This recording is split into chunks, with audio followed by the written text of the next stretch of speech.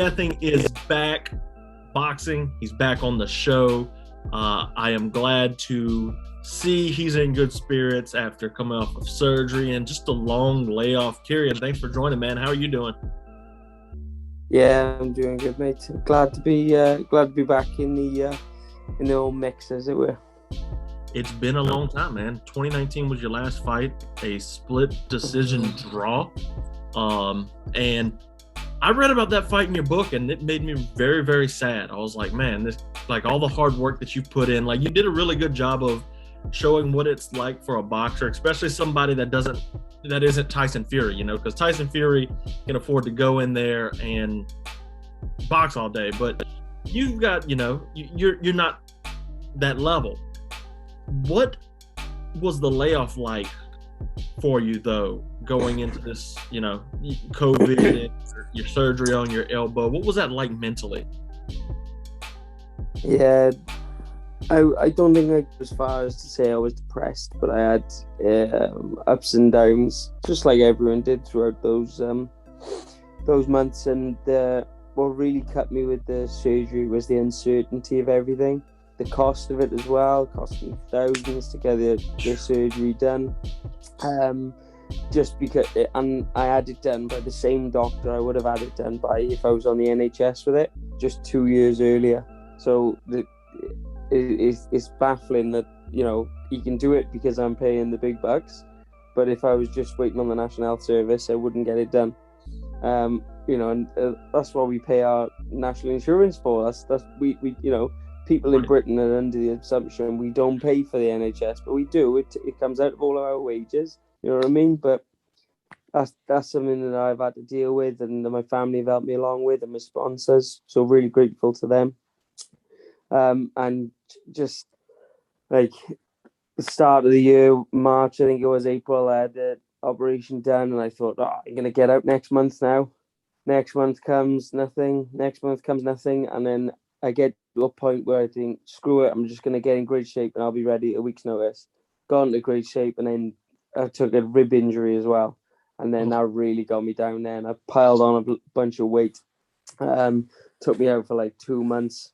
And yeah, just getting back to it now. And I had a phone call short notice. It was only three and a half weeks notice, I think, for this fight, but it's just going to be a straightforward 4-rounder. Get me back in there. And a bit of luck, it'll be, you know, some decent fights by the end of the year. But I enjoyed the rat race of trying to sell tickets and stuff again. You know, it's taking me back a bit, and I'm enjoying it. Yeah. So what was the injury on your arm? What was it? So because my joints are hyperflexible, I overextended my arm, and the elbow joint, basically the bones clipped together, flaked off, and calcified around the joint. So is that Tommy it was John? all internal, but it was. What's that? Is that Tommy John surgery? Is what they call that? I'm not sure. I didn't realize they had a name for it, or I didn't realize they had a boxer's elbow, but that's what the doctor called it. It was a posterior impingement is the medical term for it. And then from there, the joint was the lining around the joint was swelling and causing all the pain. So yeah, they basically took the joint out, or the capsule out, let it grow back. But they had to cut through my tendon to do it, to get to the bone, so they can flake it off. But yeah, it was aching for a while, man. But I tell you, the codeine they put me on, I couldn't see straight for a while either. So you felt like the American rappers and stuff now, huh? Yeah, I know. Yeah, sadly, I wasn't thinking about the Muse when I was on it. Otherwise, I'd have made a good song. Oh man, yes indeed. So you're back though. You're taking on Josh Cook on the 25th, which is my birthday weekend. I was born on the 28th. So, well, I hope you enjoy your present, mate. Yes, I'm hoping for a knockout first round, baby. Come on. What has training been like with the elbow and stuff? Have you kind of like taken it easy, easing yourself back into it, or you're like, let's go, bro? So just after the operation, I was like that April time, I was easing myself in. I was doing rounds with like some younger guys, some lighter guys, some unexperienced guys, but just moving and getting the arm moving. And then a couple of times I was like, oh, I've extended it. I'm scared. I don't know what to do. But then after I had the rib injury, I just sat down and I thought, it's either I'm getting injured all the time or I'm just getting soft. So I just got in the ring, and I feel like I'm going back to how I was a couple of years ago, a little bit more ruthless with the sparring and stuff. And I said in an interview recently, I want to be a bit more economical with my punching. Mm-hmm.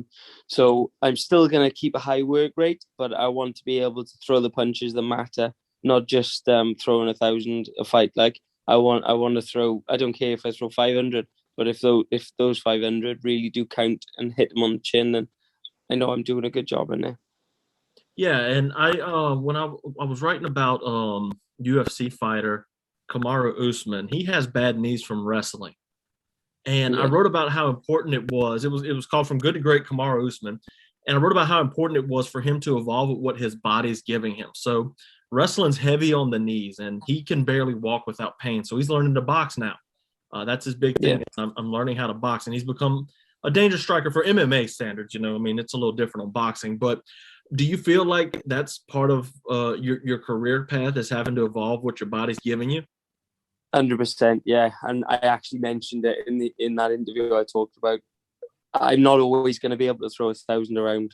So when I get a little bit older and say this elbow does play me up in the fight, I've got to be able to adapt and like be economical with my punching. I've got to be able to slip a jab and then hit them with a solid right hand, not just throw 5 punches at them afterwards. So yeah, the age is a big factor in how you develop, and hopefully I'm just developing the right way. I'm talking as if I'm 35. I'm only 27, right. But I am hitting the sort of my peak years, and I've really got to make sure I make them count, I think. So the last time we talked, YouTube boxing was a thing, but it wasn't like it is right now. No. Jake, it's weird though, right? Like Jake Paul, people watch Jake Paul. It's so odd. What's your take on the YouTube boxing phenomenon right now? I like it in a way that it's got people talking about boxing, because that's certainly positive. People who are involved with the sport forget we are actually a niche sport. There aren't too many people that know about it. They say things like, "Oh, how was the match last night?" And you think, "Well, what a match! It was a fight." You know what I mean? There's Doesn't soccer, there's the football. Way. Yeah, exactly. Yeah, it's not a football game, but so that's a good thing, that is they're getting boxing into the light. But at the same time, you can't really ever go to the Paul brothers, because they're only doing what anyone would do in their position. And when he's done something like he did last time, he gave almost everyone apart from Tommy Fury on the bill part of his wages and stuff. That's awesome. Like you cannot knock that at all. But it's just the brashness and I suppose the image they give boxers. If they think that everyone is like Paul or Mayweather or McGregor, then right. That's not what boxing's about. Boxing's about Manny Pacquiao. It's about the senators. It's about people like Calzaghe is very quiet and reserved in the media a lot of the time. Canelo, gentleman. That's what boxing's about. Like, so he said he wants Tommy Fury next.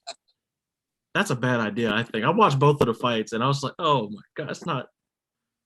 Yeah, I mean, Tommy's not an amazing fighter by any stretch, right? But he's been doing this since he's a kid, and that's gonna play a factor. It's bound to. Okay. that Woodley fought was holding back everything by all accounts. I didn't watch it, but he's going from fighting, people who have fought to fighting a fighter, and that's a world of difference. Yeah, everybody clamored about how that Woodley fight was rigged, and I've watched Tyron Woodley for a long time because MMA is where I started. And Tyron Woodley fought exactly how Tyron Woodley always fights. He doesn't pull the trigger. Slow. He doesn't pull the trigger. He comes with heavy shots, and that's it. And that's what happened. So, more power to Jake Paul. I kind of don't want him to lose. Yeah, I know they're matchmaking him perfectly. It would be amazing to see him go on and do something good, but he is gonna get caught out. And if he's working at it, then who the fuck are we to, degrade him for it? As long as he's training, putting the hours in, and not getting fat and jumping in there, that's when it gets disrespectful. But if he's actually trying, then he's trying to be a fighter. There's nothing wrong with that. Did you manage to catch Anderson Silva and Julio Cesar Chavez Jr.? I didn't. But what was the result of it? Because that is a split decision. I mean, come on, mental fight. It's Junior. I mean, Junior, I know. He doesn't want to box, but he's doing it anyway. When I'm talking about the fight, I always have to say Julio Cesar Chavez Jr. because I don't want to think about Anderson Silva beating Julio Cesar Chavez. Julio Senior, I know. Yeah, it'd be horrible. Yeah, I mean, it is the most crazy thing to me in boxing in recent times. Is that Junior has won a world title. That is absolutely mental. Crazy. He doesn't want to fight. Like, you can tell he just doesn't like being in there at all. No. My dad did. Daddy does it, though, following his father's footsteps. Yeah. So last question before I let you go, man. Big fight. Your weekend as well. Anthony Joshua and Alexander Usyk. That's such a fun fight. That is a banger. It is. Usyk's the best way to describe that. It's a fun fight. Yeah, he's unified cruiserweight. Joshua's unified heavyweight, and Usyk's trying to make history in unified 2 divisions. I'm pulling for Usyk. No, I'm sorry, bro. I'm pulling for Usyk because Usyk and Tyson Fury is a fight. Yeah, 100%.